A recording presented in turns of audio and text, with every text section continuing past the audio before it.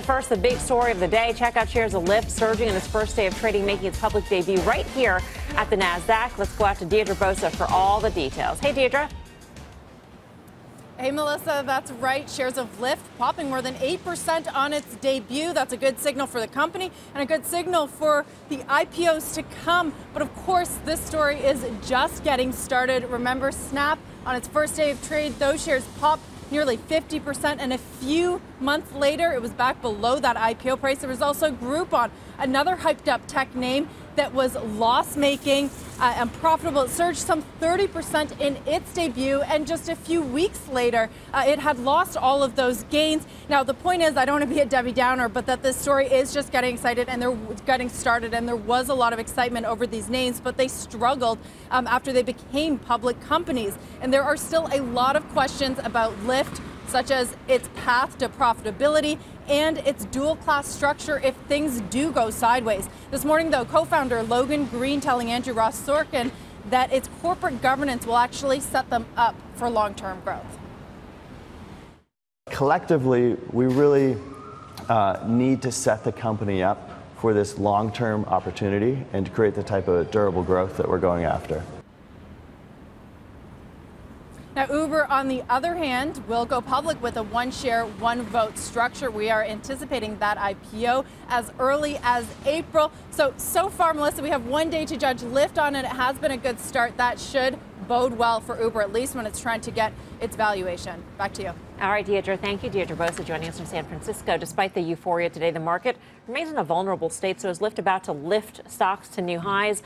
Will the IPO parade reignite this rally?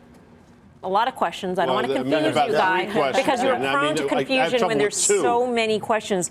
But it's also worth noting that Lyft shares open higher by 20%, finished the day higher by 8%. So I don't know how that. Yeah, I was actually surprised. I don't know how other people feel, but I was surprised that it closed below $80. I thought for whatever reason, $80 was an interesting level for the syndicate to sort of step in. I guess, I don't know how the whole IPO world works now, but I'm surprised it closed below 80. I don't think that's that big a deal. In terms of what it means for the broader market, we're going to talk about Larry Kudlow. Obviously, that had much more meaning. But I think the fact that people will be talking, over the weekend, people will be talking about this Lyft IPO. I think it's reinvigorated some of the retail interest. Jim Cramer's talked about that as well. We can argue whether or not valuations make sense. I don't think that's the point of this conversation. But I do think it's given a renewed interest to the marketplace after a long time of not seeing deals of this magnitude. Well, what does it say about where we are in the tech trade at this point? I mean, if people are willing to reach for growth, reach for a company that doesn't make any money. I think, right. So reach for growth is exactly the right term here. Is because we've talked about it. When you you look at the QQQ or you look at some of the NASDAQ stocks, that's where this kind of idiosyncratic growth is going.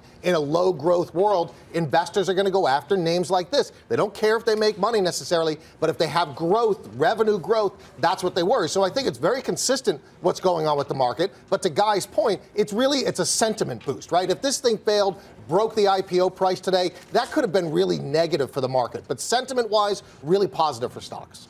I think it's good for stocks. It's good for companies that do the offerings, right? That's a lot of trading revenue. That's a lot of fee revenue. So that's great for the investment banking and equity desks of Wall Street. But when it comes to Lyft, I look at the numbers. I don't get it. I like the product. I look at the metrics are going the right way. They went from losing 200% of revenue to losing 50% of revenue, which is an enormous leap. However, I don't really get how something's got to give, right? The revenue growth is great. The pricing of the product or something, or they need to run it much more efficiently. I don't know what it is and it's going to get me more competitive. Well, look, I don't get it. To me, I don't need to own Lyft right here and now, but I have to tell you that I think this IPO is important, not because I think it signals that there's a ton of unicorns on the sidelines, retail's waiting to get in. I just think that transportation as a service is a new investment doctrine, whatever we want to call this. But and Lyft, to me, look, this is not Snap. And I repeat, I'm not a Lyft bull. In fact, I didn't try to buy the company. I didn't try to get into the IPO.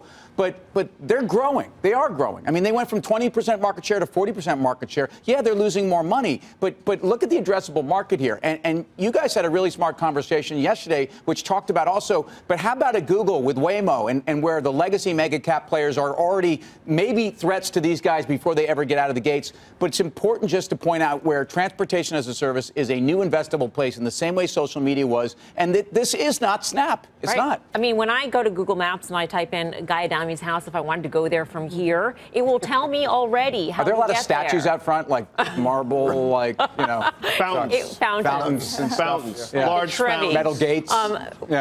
But it already tells me how to get there, and there's only another piece to that part of the puzzle for transportation as a service for Google. Yes. Right. With the deep pockets, with the Waymo to get in. And that's what I think you know, Dan Nathan, who will be on the next show, Options Actions, which I watch religiously, he made that point last night. So, you know, you talk about valuation, it does make sense. It is probably Alphabet at these levels. But, you know, to Tim's point, they've created a new asset class, but a new sector, effectively, and people are going to want to be in it. Now, the math clearly doesn't work, but Tim talked about addressable market.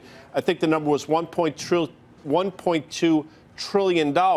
Even if it's $750 billion, the upside for Lyft and Uber is tremendous. So, yes, valuation is crazy here, but the fact that now analysts are talking about it, Dan Ives has an $80 price target on it, at a certain point, this becomes a very compelling story. It's also, I mean, think about the people that have backed these two companies. So I'll throw Uber into the mix, too. Obviously, there's a huge soap opera going on between these two companies, but there's also some of the biggest investors in the world that are lined up behind these two companies. These two companies raised more capital than anybody else in private equity history, effectively, and that tells you something about where some of the smartest guys in private equity actually believe the size of this market. But they want to get out? That's good. That's good for them. I mean, Right. I think the stat is something. Each of these companies, Uber and Lyft, have raised more venture capital money before going public than any other company that has gone public in history. Stayed private longer, which is so great for those early investors. But what does it mean for Joe? So that's Smith? the scary part, right? That's a So you got to issue. separate. Yeah. Is there a short-term trade here, or what's the long-term threats? Long-term threats: Google, Amazon, everybody comes in,